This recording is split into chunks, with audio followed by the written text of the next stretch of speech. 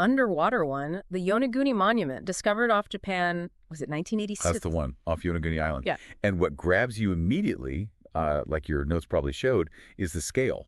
It's huge. Yeah. And it looks artificial. Yeah. See these massive terraces, things that look like staircases, really sharp straight edges. Feels like a man-made pyramid or something, but submerged. Right. It looks so deliberate, but then you get that debate, don't you? Is it proof of some lost, like, super old civilization, prehistoric even? Or the other side says, maybe it's just a really weird natural rock formation carved by currents. Looking at the pictures, though, those straight lines, they're hard to just brush off as natural, you know? It's tough. If it is man-made, well, that just blows the lid off when we think complex societies started building big things. It suggests maybe advanced cultures existed way earlier and then, poof, vanished. Leaving just these underwater clues. Yeah. Wow. Okay, so shifting gears. The Antikythera mechanism. This one was found in a shipwreck, right? Around 1901. Yes, near the Greek island of Antikythera. And this is something else entirely. We have the actual object, or what's left of it. And it's basically, I mean, it's wild. A 2,000-year-old collection of bronze gears that turned out to be an analog computer for tracking planets. Precisely. An incredibly sophisticated analog computer. The hidden fact, the kicker, is the dating. Around of 100 BC. 100 BC. Yeah.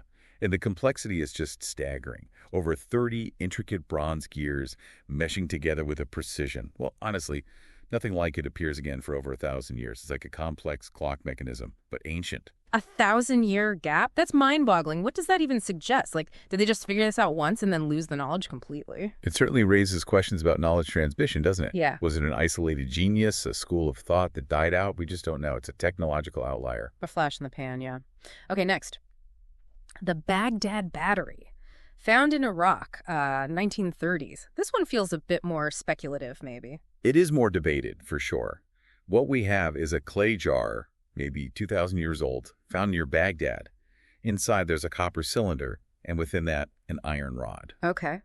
The theory, and it's a compelling one, is that if you filled this jar with an acidic liquid like vinegar or lemon juice, it could potentially generate a small electrical charge.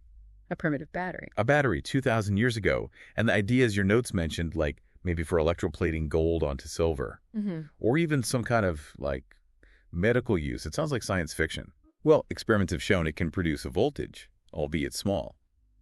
Whether that was its intended purpose, that's the mystery. But it definitely makes you wonder if they understood basic electrical principles far earlier than we thought. It pushes back on that idea of a strictly linear path for technology. Absolutely.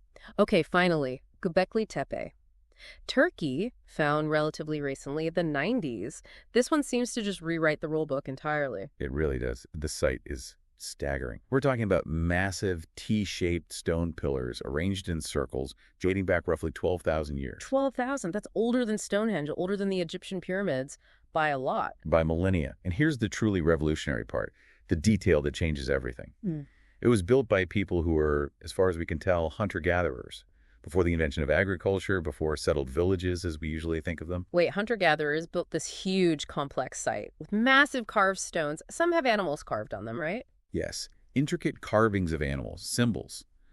It suggests a complex belief system, advanced social organization, planning, engineering, all in a pre-agricultural society. It completely flips the script that says you need farming first to support this kind of monumental construction and societal complexity. Wow. So it wasn't farming that led to complex society. Maybe it was the NIST to build something like Göbekli Tepe that spurred people to settle down. That's one of the huge questions it raises. Yeah. Did the need to coordinate labor for these religious or social centers actually drive the transition towards agriculture?